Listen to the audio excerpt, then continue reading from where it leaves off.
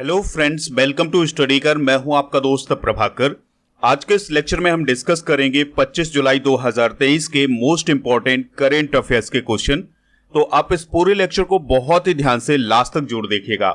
आज का पहला और इंपॉर्टेंट क्वेश्चन है, केंद्रीय गृह मंत्री अमित शाह ने किस राज्य में भगवान श्री राम की सबसे ऊंची प्रतिमा की आधारशिला रखी है? आंसर हो जाएगा आंध्र प्रदेश में। तो आंध्र प्रदेश में भगवान श्री राम की सबसे ऊंची प्रतिमा बनाई जा रही है। तो दोस्तों, आंध्र प्रदेश का जो करनूल शहर है वहां पर भगवान श्री राम की 108 फीट ऊंची प्रतिमा की वीडियो कॉन्फ्रेंसिंग के जरिए अभी आधारशिला रखी है केंद्रीय गृह मंत्री अमित शाह जी ने। और दोस्तों, इस प्रोजेक्ट की जो लागत है वो है 500 करोड़ से अधिक और यह पूरा प्रोजेक्ट 10 एकड़ के क्षेत्रफल में फैला हुआ है और इस पूरे प्रोजेक्ट को पूरा होने में 2.5 साल का समय लग सकता है। दोस्तों, जब यह प्रतिमा बनकर तैयार होगी तो यह हमारे देश में भगवान श्री राम की सबसे ऊंची प्रतिमा होगी। यहाँ पर बात आई है प्रतिमा की यानी स्टैचू की। तो हमारे देश में अलग अलग स्थानों पर विभिन्न प्रकार के स्टैचू हैं, उन्हें अलग अलग नाम भी दिए गए हैं। तो ये क्वेश्चन आपके एग्जाम में भी बनते हैं, तो चलिए इसको डिस्कस करते हैं।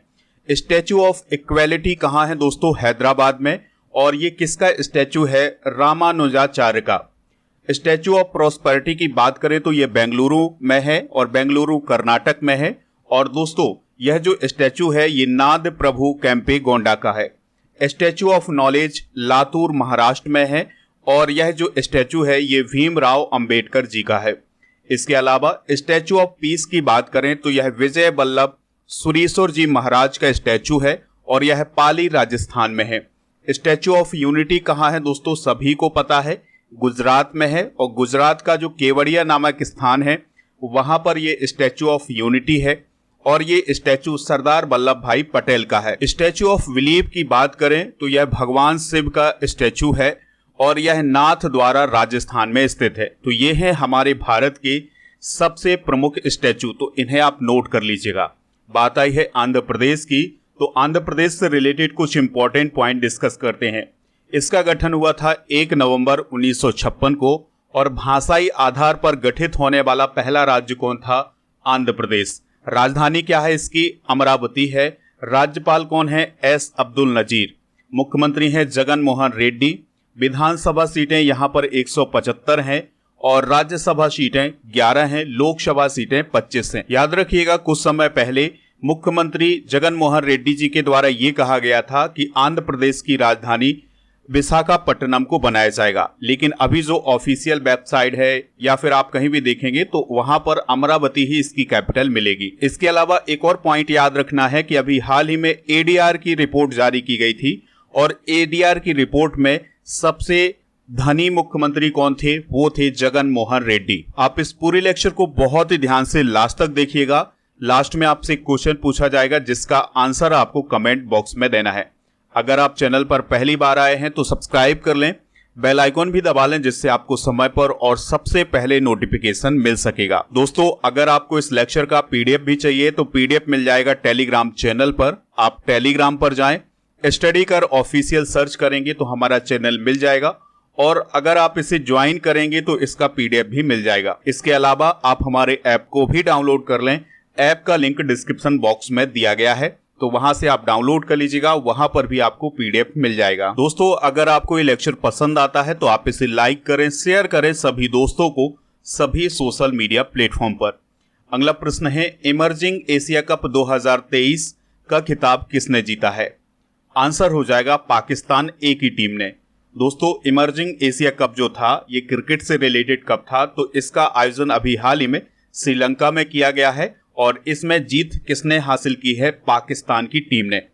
दोस्तों, इमर्जिंग एशिया कप के बारे में कुछ इंपॉर्टेंट पॉइंट डिस्कस करते हैं। तो 2023 में इसका 5वां संस्करण आयोजित किया गया है और इसका आयोजन 13 से 23 जुलाई 2023 के बीच में हुआ है। किस देश में हुआ है? श्रीलंका में हुआ है। फाइनल मुकाबला इंडिया और पाकिस्तान के बीच हुआ था और जिसमें पाकिस्तान ने जीत हासिल की है और यह पाकिस्तान का दूसरा खिताब था और उप विजेता कौन रहा है? भारत रहा है। लेकिन दोस्तों याद रखिएगा, इसमें जो टीमें गई थी क्रिकेट की वो ए टीम गई थी, ठीक है, यानी कि लगभग 20 से 22, 23, 24 साल के जो क्रिकेटर थे वो इसमें शामिल हुए थे। प्लेयर ऑफ द मैच कौन रहे हैं फाइनल मुकाबले में, तो वो रहे हैं तैयब ताहिर जो कि पाकिस्तान के थे। और भारत के कप्तान याद रखिएगा कौन थे, यश धुल। प्लेयर ऑफ द सीरीज किसे चुना गया था, निशांत संधू को, जो कि भारत के हैं और इन्होंने 11 विकेट हासिल किए थे। टेस्ट क्रिकेट में 600 विकेट हासिल किए हैं और वह 600 विकेट हासिल करने वाले दूसरे तेज गेंदबाज हैं। और एक और पॉइंट याद रखिएगा कि जो स्टुअर्ट ब्रॉड हैं वो इंग्लैंड के क्रिकेटर हैं। अभी हाल ही में आईसीसी के द्वारा ये फैसला लिया गया है कि जो महिला और पुरुष क्रिकेटर होते हैं इनको एक समान पुरस्कार राशि दी जाएगी। जून के लिए ICC player of the month किसे चुना गया है, श्रीलंका के बनिंदु हसरंगा को और ऑस्ट्रेलिया की एशले गार्डनर को। बीसीसीआई ने अभी हाल ही में अजीत अगरकर को सीनियर पुरुष क्रिकेट चयन समिति का अध्यक्ष नियुक्त किया है। तो ये हैं दोस्तों क्रिकेट से रिलेटेड कुछ important current affairs. Emerging Asia cup के चैंपियन भी डिस्कस करते हैं। तो जो इमर्जिंग एशिया कप का पहला खिताब था जो कि 2013 में आयोजित किया गया था, तो इसको भारत ने जीता था पाकिस्तान को हरा करके। 2017 में श्रीलंका ने जीता है, 2018 में इसका खिताब श्रीलंका ने जीता, 2019 में इसका खिताब पाकिस्तान ने और 2023 में भी पाकिस्तान ने यह खिताब जीता है। यानी इमर्जिंग एशिया कप का खिताब भारत अब तक केवल एक बार जीत पाया है। श्रीलंका और पाकिस्तान की टीम ने इसको 2 बार जीता हुआ है। दोस्तों एशियाई क्रिकेट परिषद की भी बात कर लेते हैं, यानी एशियन क्रिकेट काउंसिल की भी बात करते हैं। तो इसका गठन हुआ था 19 सितंबर 1983 को। मुख्यालय इसका कोलंबो श्रीलंका में है और इसके वर्तमान में अध्यक्ष हैं जय साय, और जय साय अभी वर्तमान में बीसीसीआई के सचिव भी हैं। नेक्स्ट क्वेश्चन है, भारत ने आईएनएस कृपाण किस देश को उपहार में दिया है? आंसर हो जाएगा वियतनाम। तो अभी हाल ही में इंडिया के द्वारा वियतनाम को एक गिफ्ट दिया गया है और ये गिफ्ट में दिया गया है दोस्तों आईएनएस कृपाण। तो भारत ने दक्षिण चीन सागर में अपनी पहुंच बढ़ाने के लिए वियतनाम को मिसाइल कार्वेट आईएनएस कृपाण उपहार में दिया है। और यह पहली बार ऐसा हुआ है कि जब भारत ने किसी मित्र देश को पूरी तरह कार्यात्मक कार्वेट सौंपा है। बात करते हैं वियतनाम की, तो वियतनाम एशिया महाद्वीप में ही स्थित है। कैपिटल इसकी हनोई है, राष्ट्रपति है वे वॉन थोंग।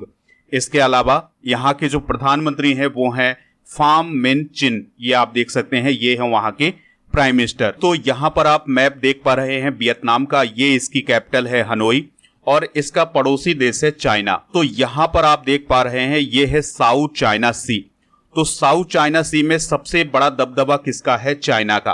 तो भारत ये चाह रहा है कि वियतनाम जितना मजबूत होगा वो चाइना से उतना ही टक्कर लेगा, ठीक है, जिससे चाइना का जो प्रभाव है वो साउथ चाइना सी पर कम होगा। तो भारत अपनी डिप्लोमेसी के तहत ये काम कर रहा है। अगला प्रश्न है, राष्ट्रीय थर्मल इंजीनियर दिवस कब मनाया जाता है? आंसर हो जाएगा 24 जुलाई को। तो दोस्तों जो थर्मल पावर प्लांट में इंजीनियर काम करते हैं उन्हें थर्मल इंजीनियर बोला जाता है। तो उनके योगदान का जश्न मनाने के लिए, उनके योगदान के बारे में लोगों को जागरूक करने के लिए यह दिवस मनाया जाता है। इस दिवस की स्थापना 2014 में की गई थी। और एक डाटा याद रखिएगा कि लगभग 65% जो इलेक्ट्रिसिटी है भारत में वो थर्मल पावर प्लांट से ही जनरेट होती है। दोस्तों अब आपके माइंड में एक सवाल आ रहा होगा कि ये थर्मल पावर प्लांट क्या है? तो थर्मल पावर प्लांट में कोयला को जलाया जाता है, फिर उससे हीट उत्पन्न की जाती है और फिर हीट का उपयोग करके टरबाइन को चलाया जाता है। और जब टरबाइन चलते हैं तो उससे विद्युत ऊर्जा का निर्माण होता है।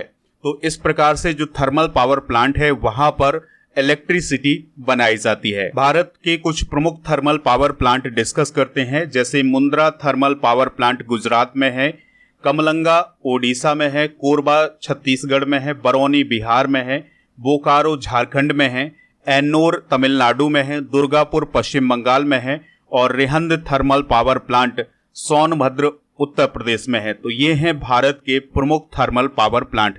लेकिन ये भारत के पूरे थर्मल पावर प्लांट नहीं है, कुछ प्रमुख थर्मल पावर प्लांट हैं। 24 जुलाई को एक और महत्वपूर्ण दिवस मनाया जाता है, इनकम टैक्स डे यानी आयकर दिवस। तो दोस्तों आयकर दिवस क्यों मनाया जाता है इसको आप बहुत ही ध्यान से सुनिएगा। हमारे भारतीय इतिहास में एक युद्ध हुआ है जिसे हम 1857 की क्रांति बोलते हैं। तो भारतीयों और अंग्रेजों के बीच यह युद्ध हुआ था और इसमें अंग्रेजों को नुकसान हुआ था। इस नुकसान की भरपाई करने के लिए भारत में अंग्रेजों के द्वारा इनकम टैक्स लगाया गया था और इस इनकम टैक्स की जो शुरुआत है वो 24 जुलाई 1860 को सर जेम्स के द्वारा की गई थी। तो इस 24 जुलाई को याद करने के लिए यह दिवस मनाया जाता है। और दोस्तों, यह दिवस पहली बार भारत में 24 जुलाई 2010 को मनाया गया था। नेक्स्ट क्वेश्चन है, किस राज्य में पहला ट्रांसजेंडर जन्म प्रमाण पत्र जारी किया गया है? आंसर हो जाएगा राजस्थान में। तो दोस्तों, अभी राजस्थान में नूर शेखावत को एक जन्म प्रमाण पत्र प्रदान किया गया है और उसमें उनका जो जेंडर है वो ट्रांसजेंडर बताया गया है। तो दोस्तों, ऐसी घटना पहली बार हुई है राजस्थान में कि किसी भी व्यक्ति को ट्रांसजेंडर के रूप में जन्म प्रमाण पत्र प्रदान किया गया है। और ये जन्म प्रमाण पत्र किसे प्रदान किया गया है? नूर शेखावत को, जो कि एक ट्रांसजेंडर है। दोस्तों, नूर शेखावत राजस्थान की पहली ट्रांसजेंडर व्यक्ति हैं जिन्हें यह प्रमाण पत्र मिला है और यह प्रमाण पत्र जयपुर ग्रेटर नगर निगम के द्वारा जारी किया गया है। अब हम 2023 में प्रथम घटनाओं की बात करते हैं। तो न्यूनतम आय की गारंटी विधेयक पारित करने वाला पहला राज्य कौन है? राजस्थान। स्वास्थ्य का अधिकार विधेयक पारित करने वाला भारत का पहला राज्य कौन है? राजस्थान। 100% रेल विद्युतीकरण पूरा करने वाला भारत का पहला राज्य है हरियाणा। बच्चों के लिए डिजिटल स्वास्थ्य कार्ड प्रदान करने वाला पहला राज्य कौन है? उत्तर प्रदेश। और दुनिया का पहला एशियाई किंग गिद्ध संरक्षण प्रजनन केंद्र किस राज्य में स्थापित किया गया है? उत्तर प्रदेश में। अगला प्रश्न है, एडमिरल लिसा फ्रेंचेटी किस देश की नौसेना का नेतृत्व करने वाली पहली महिला बनी है? आंसर हो जाएगा अमेरिका। तो दोस्तों, अमेरिका के जो राष्ट्रपति हैं जो बाइडेन, तो उनके द्वारा अमेरिकी नौसेना का नेतृत्व करने के लिए एडमिरल लिसा फ्रेंचेटी को नॉमिनेट किया गया है। यदि सीनेट की मंजूरी मिल जाती है तो Admiral Franchetti joint chiefs of staff की पहली महिला सदस्य बन जाएंगी। वर्तमान में सितंबर 2022 से वह नौसेना संचालन के 42वें उप प्रमुख के रूप में काम कर रही हैं। बात आई है अमेरिका की, तो अमेरिका से रिलेटेड कुछ इंपॉर्टेंट करंट अफेयर्स डिस्कस करते हैं। तो अभी हाल ही में जुलाई 2023 में फोर्ब्स के द्वारा अमेरिका की 100 सबसे अमीर महिलाओं की सूची जारी की गई। इसमें 4 भारतीय मूल की महिलाएं शामिल की गई हैं और वो महिलाएं हैं जयश्री उलाल, नीरजा शेट्टी, नेहा नरखेड़े और इंदिरा नूई। अभी हाल ही में भारत नासा के आर्टेमिस समझौते में शामिल हुआ है। दोस्तों, भारत अमेरिका से MQ-9 प्रीडेटर ड्रोन भी खरीदने वाला है। ललिता नटराजन को अमेरिका का अभी हाल ही में इकबाल मसीह पुरस्कार दिया गया है। और अभी हाल ही में अमेरिका के जो रक्षा सचिव हैं लॉयड ऑस्टिन, वो भारत की यात्रा पर आए थे। कब आए थे? जून 2023 में। तो इस दौरान कई रक्षा से रिलेटेड समझौते भी हुए हैं। दोस्तों, ये आप उत्तरी अमेरिका महाद्वीप देख पा रहे हैं और ये वाला जो हिस्सा है ये अमेरिका का हिस्सा है, ठीक है। और अमेरिका के पड़ोसी देशों की बात करें तो ये कनाडा है, मैक्सिको है। तो कनाडा और मैक्सिको से इसकी सीमा लगती है। और दोस्तों, अभी याद रखिएगा एक देश है जो हमें दिखाई दे रहा है, ये है पनामा। तो पनामा और भारत के बीच में अभी हाल ही में एक समझौता हुआ है और ये समझौता हुआ है चुनावी सहयोग को लेकर। अगला क्वेश्चन है, सबसे लंबे समय तक सेवा करने वाले दूसरे मुख्यमंत्री कौन बने हैं? आंसर हो जाएगा नवीन पटनायक। तो ओडिशा के मुख्यमंत्री हैं नवीन पटनायक। तो वो लंबे समय तक सेवा करने वाले दूसरे मुख्यमंत्री बने हैं, यानी सबसे लंबे समय तक मुख्यमंत्री रहने वाले दूसरे मुख्यमंत्री हैं कौन? नवीन पटनायक। दोस्तों, यहाँ पर कुछ और नाम दिए गए हैं। तो के चंद्रशेखर राव तेलंगाना के मुख्यमंत्री हैं, योगी आदित्यनाथ उत्तर प्रदेश के और शिवराज सिंह चौहान मध्य प्रदेश के मुख्यमंत्री हैं। तो ओडिशा के जो मुख्यमंत्री हैं नवीन पटनायक, वो 22 जुलाई 2023 को 23 साल और 139 दिन का कार्यकाल पूरा करने वाले देश के दूसरे मुख्यमंत्री बन गए हैं। दोस्तों, अब हम उन मुख्यमंत्रियों की बात करते हैं जो कि सबसे अधिक समय तक चीफ मिनिस्टर या मुख्यमंत्री रहे हैं। पहला नाम है पवन कुमार चामलिंग का।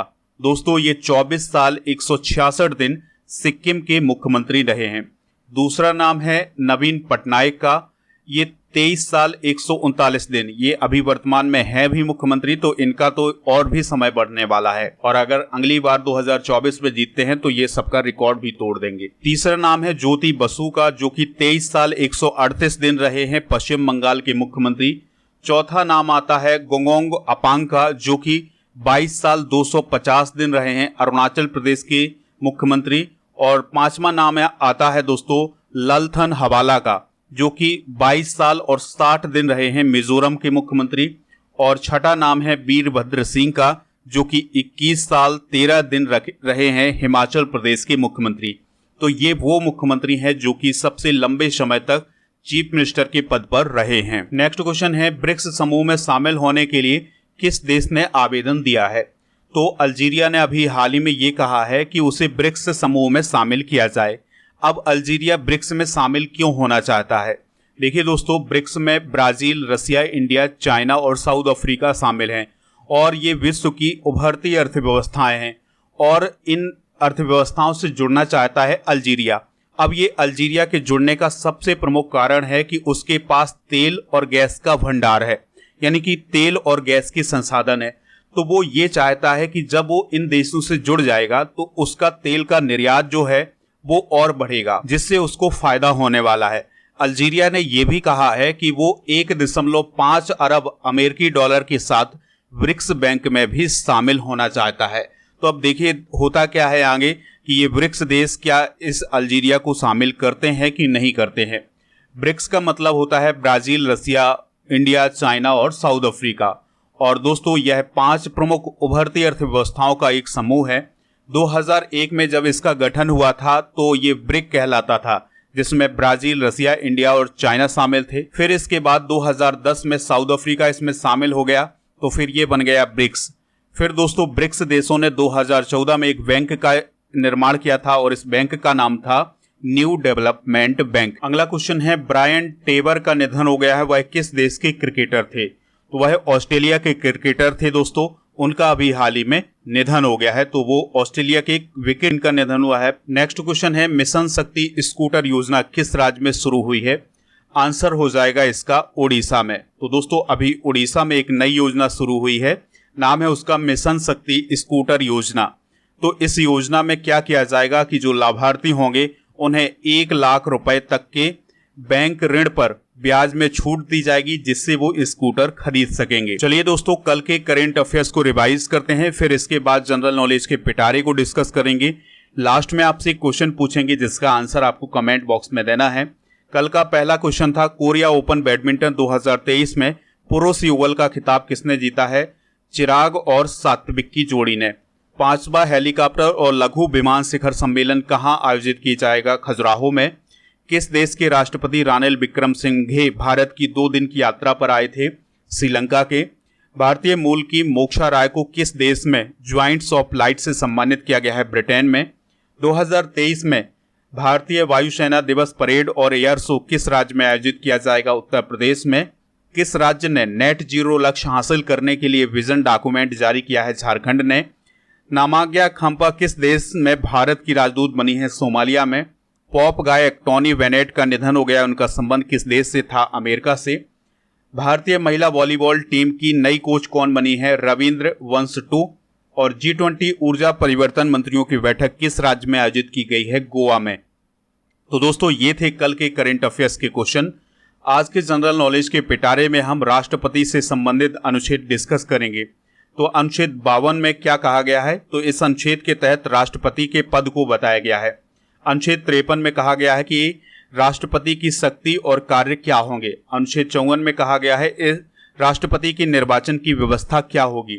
इसके अलावा अनुच्छेद 61 में कहा गया है महाभियोग की प्रणाली को, यानी दोस्तों राष्ट्रपति पर महाभियोग किस प्रकार से चलाया जाएगा, यह अनुच्छेद 61 में बताया गया है।